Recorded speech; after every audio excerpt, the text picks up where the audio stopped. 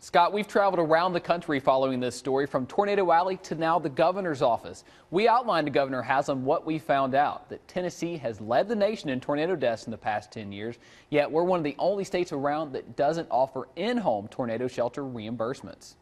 Will say this, I tend to be data-driven, and if the facts show that other people are having better results, then I think we should look at it. Governor Haslam tells us he'll take a look at what we've uncovered about the way that the Tennessee Emergency Management Agency spends its millions in disaster prevention money. After traveling to the heart of Tornado Alley, I found that Oklahoma puts its money to use helping individuals purchase private in-home shelters. I'm very appreciative of that. I think that is money well spent. Oklahoma emergency officials tell us they offer 75% rebates, meaning a $2,500 shelter will cost you around $600.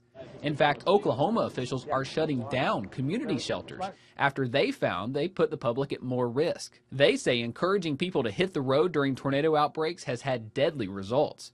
Surprisingly, we found over the past 10 years, TEMA has spent $46 million to build the same public shelters Oklahoma is shutting down. Good for Oklahoma.